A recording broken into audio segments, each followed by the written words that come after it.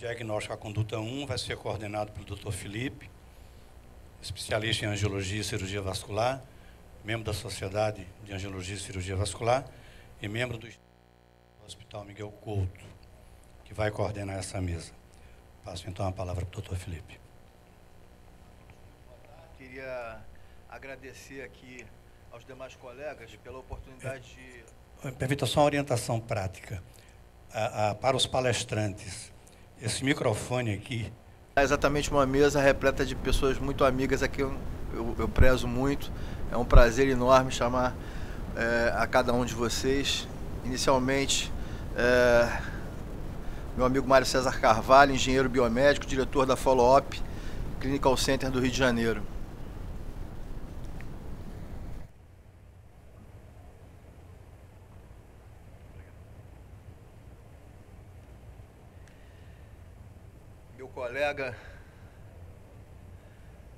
Meu colega mais novo na clínica curativa, meu prezado Júlio Diniz Amorim, especialista em cirurgia vascular pela UERJ, especialista em cirurgia vascular e endovascular pela SBACV e pelo Colégio Brasileiro de Radiologia, e staff da nossa clínica curativa. Elizabeth Kobringer, nossa madrinha, nos ajudou muito no começo, nos ajuda até hoje. É a enfermeira responsável pelo ambulatório de curativo do IED, coordenadora do Centro de Tratamento de Lesões de Pele do Hospital Federal de Bom Sucesso, professora convidada do curso de pós-graduação em enfermagem dermatológica da Universidade Gama Filho. E, por último, nos honra aqui com a sua presença a enfermeira Lina Moneta, mestre pela Universidade de São Paulo, especialista em enfermagem dermatológica, presidente, fundadora da Sobend, diretora da Biosanas. E para não perdermos mais tempo, eu gostaria então de convocar o primeiro palestrante, Mário César Carvalho. Sim. Em primeiro lugar, queria agradecer o convite do professor Felipe e de toda a equipe da Comissão Científica. É uma honra estar aqui com os senhores e a gente conversar um pouquinho sobre essa questão do pé diabético e os recursos protéticos que a gente tem para auxiliar na reabilitação desse paciente.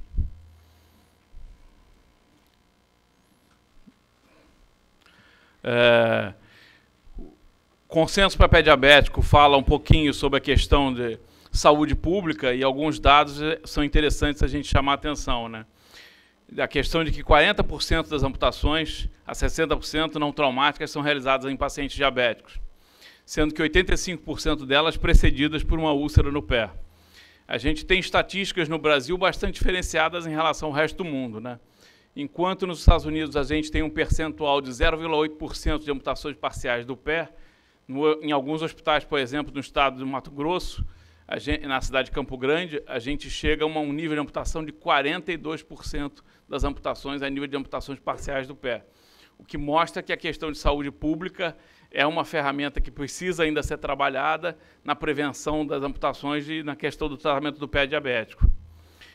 De cada 5 úlceras, 4 delas são precipitadas por trauma externo. Aí entra outra questão que vários colegas já abordaram, na questão da orientação dos familiares, da orientação dos pacientes, com relação aos cuidados que são necessários no caso de um pé neuropático. 15 a 20% dos pacientes não sabiam que eram portadores de diabetes. Isso é outra questão que a gente precisa trabalhar na saúde pública a nível de prevenção, que é a conscientização da população e a disseminação do conhecimento sobre a doença para poder atacar essa verdadeira epidemia que a gente tem hoje em dia. Desde cuidados simples, como prevenção de andar descalço, a questão de quedas, acidentes. Vocês não fazem ideia da quantidade de pacientes amputados que nós temos, que foram amputados porque tinham um objeto dentro do calçado, desde uma moeda até um Lego do filhinho, até não sei o quê, e aí você tem um acidente sério por conta de coisas que podiam ser evitadas. Dentro ainda das patologias que a gente trata, com essas órteses, está a questão do pé de Charcot, que talvez seja mais difícil da gente conseguir abordar. Em alguns casos, você precisa de intervenções muito sérias, que aí você já faz quase que uma ortoprótese para fazer uma descarga total do pé, fazendo uma descarga no tendão patelar. talvez seja o maior desafio que a gente tem na área ortésica e protésica em termos desses pacientes.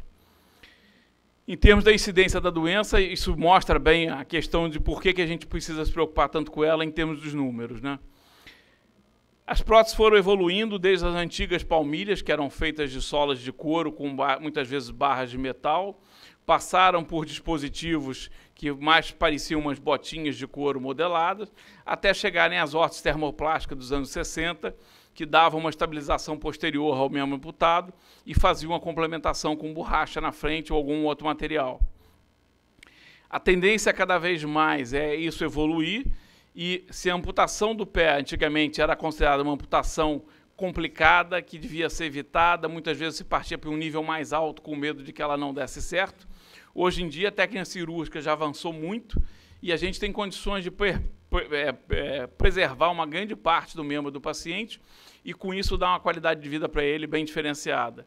Então, desde um dedinho amputado ou com uma sequela congênita, a gente tem condições de oferecer cada vez materiais mais interessantes. Nessa área, o material que mais tem se destacado é o silicone. A gente trabalha com o silicone de grau médico, que é um material que tem uma série de características que facilitam a adaptação do paciente, a questão de não dar odor, de ser resistente à ação do sol, de não ter preservativos, nem nenhum tipo de amassadores, a estabilidade em termos de temperatura. A questão de durabilidade dessas próteses, uma prótese dessa pode durar até 5 anos com o paciente. É óbvio que ela tem limitações, como a ação de diesel, solventes, tinners, gasolina, esse tipo de produto petroquímico. E ela tem uma característica muito interessante em termos de estabilização da condição trófica do paciente, seja pelo efeito compressivo, seja pela questão da estabilidade mecânica e seja pela questão da alta permeabilidade a gases. Você, ao contrário do que as pessoas pensam, quando você coloca uma prótese de silicone, você não está sufocando aquele membro como você fazia com as próteses antigamente. Então você consegue pegar um paciente que usava uma prótese de couro e tinha uma série de problemas dermatológicos e transformar ele num paciente que, apesar de ter uma enxertia, tem uma condição trófica de pele bastante razoável e bastante interessante. Hoje a gente tem tecnologia para fazer desde uma amputação de chopar até amputações parciais do pé, você fazer complementações em silicone, que cada dia estão mais próximas da realidade. O paciente vestido com uma prótese dessa dá um resultado estético muito interessante e, obviamente, que isso traz uma reinserção social muito maior dele. Ela tem vantagens que hoje, até uma colega nossa me colocou a questão da dificuldade de uma paciente com relação à colocação, para mim é uma novidade. Normalmente os pacientes relatam que é muito fácil de manusear. A colocação, ao contrário daquelas próteses que tinham atacadores e uma série de fatores, é feita com gel à base de água, você desliza a prótese, ela literalmente encaixa no pé. Como ela fica presa a vácuo, você não tem movimentos de pistonamento, com isso você diminui o risco de abrasão da pele do paciente e aumenta a percepção dele violentamente, o que permite a ele um maior equilíbrio e uma melhor marcha. Obviamente, permite calçados normais, então você consegue aumentar o conforto cosmético do paciente, mas, ao mesmo tempo, você consegue melhorar a impulsão dele e a redução de gasto energético. E isso, para o paciente geriátrico, é um fator decisivo para ajudar na reabilitação dele. A pressão constante, as bordas extremamente finas, o fato dela não abrasar a pele do paciente, a própria questão da afinidade eudérmica com a pele, possibilita esse tipo de prótese ter uma aceitação bem maior do paciente. Biomecanicamente, o que a gente tem de mais interessante é que, como ela é moldada com essa articulação subtalar retibiotársicas em neutralidade, eu tenho uma camada de silicone que garante a prevenção da luxação do tálus e do calcâneo, e com isso eu estabilizo biomecanicamente e dou uma liberdade angular para o paciente muito maior, o que permite a ele deambular de maneira mais harmônica, com menor gasto energético e com menores chances de fazer uma lesão na ponta do coto. Obviamente que a gente tem algumas limitações com essas próteses, expectativas funcionais muito elevadas, por exemplo. Então, eu tenho pacientes que correm com esse tipo de prótese, mas, obviamente, são pacientes jovens, que são amputados congênitos, então tem uma condição diferenciada. Não é dizer que qualquer paciente que sofra uma amputação e coloque uma prótese dessa vai ter condições de fazer isso. As limitações de carga, Já tivemos problemas de pacientes que esqueceram que a prótese não faz aquilo que ele não fazia antes. Então, um senhor que é fazendeiro, que depois que botou a prótese, resolveu carregar saco de ração de 50 quilos. Obviamente, ele fez uma lesão no pé, porque o pé não estava acostumado a carregar 150 quilos. Então, são limitações que a gente tem que orientar o paciente. Feridas abertas, variações volumétricas muito grandes no coto. A gente tem um percentual de variação de até 15% que a gente consegue acomodar com elasticidade de silicone, mas acima disso começa a ficar complicado. Então, se o paciente tem variações de edema muito grande, a gente tem que repensar a solução que vai ser dada para ele. As articulações de tornozelo instável, hoje em dia a gente já consegue estabilizar, juntando essa tecnologia de silicone com a tecnologia de laminação em resina. Então, a gente faz a prótese mais alta, subindo no tornozelo do paciente, e a região do tornozelo você faz uma resina laminada rígida. Ali no stand tem uma botinha dessa, se alguém tiver interesse de ver. Então, você consegue estabilizar a articulação tibiotársca do paciente, mas deixa ele com liberdade para caminhar. Só para a gente ter uma noção de soluções diferentes para casos diferentes, as amputações parciais se apresentam das formas mais distintas, desde pacientes que só têm o halo, que se perderam toda a lateral do pé, até o contrário, pacientes que só têm o dedo mínimo e perderam toda a região medial do pé, o que dificulta bastante a questão da impulsão.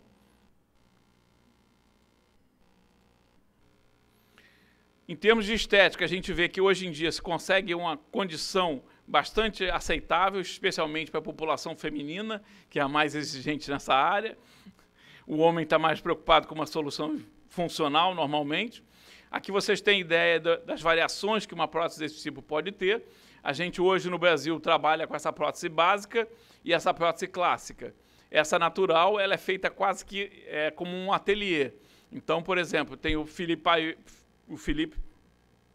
Georges Pillet, na França, que ele tem escritório em Nova York, Londres e na Bélgica, e Paris. E ele faz esse tipo de prótese literalmente sob medida para o paciente. Ele pode levar 40 dias para fazer uma prótese dessa. Só que ele faz próteses que eu vejo o dedo da mão de uma paciente minha, eu não sei dizer qual é o dedo amputado e qual é o dedo da mão dela. Então, vocês têm ideia do trabalho que é uma protetização desse tipo. Obviamente que é uma coisa com um custo bastante elevado e que limita muito a aplicação. Só para a gente ter uma ideia do ganho funcional que esse tipo de prótese permite ao nosso paciente, aqui a gente vê o paciente deambulando sem nada para proteger o coto dele.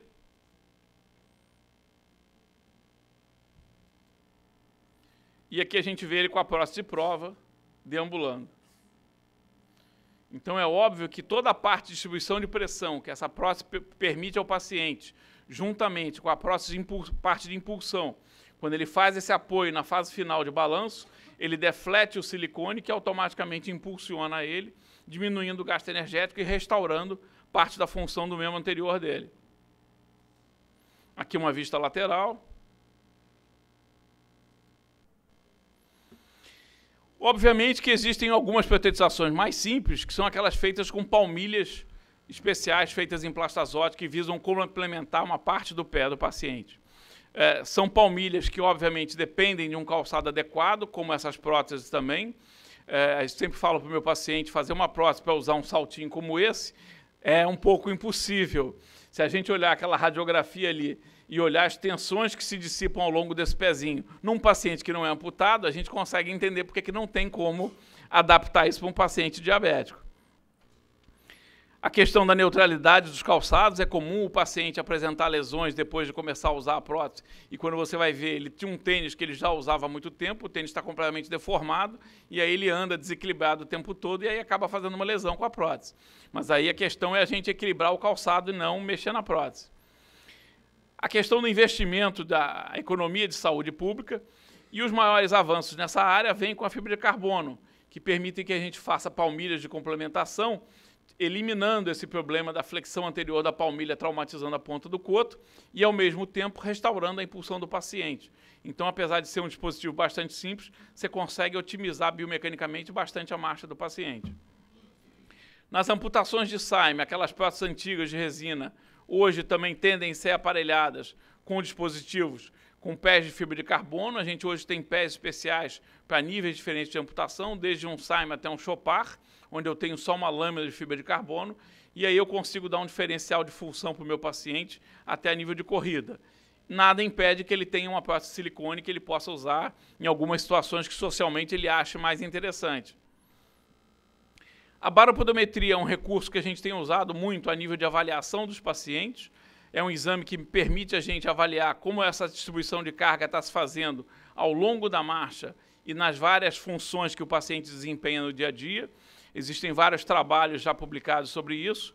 O laboratório Fleury, em São Paulo, por exemplo, ele hoje em dia já disponibiliza o exame de baropodometria para os pacientes diabéticos na rede dele, como uma forma de melhorar essa questão de tratamento a nível de saúde pública.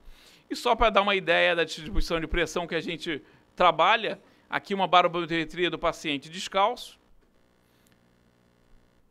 mostrando as distribuições laterais e médio-laterais.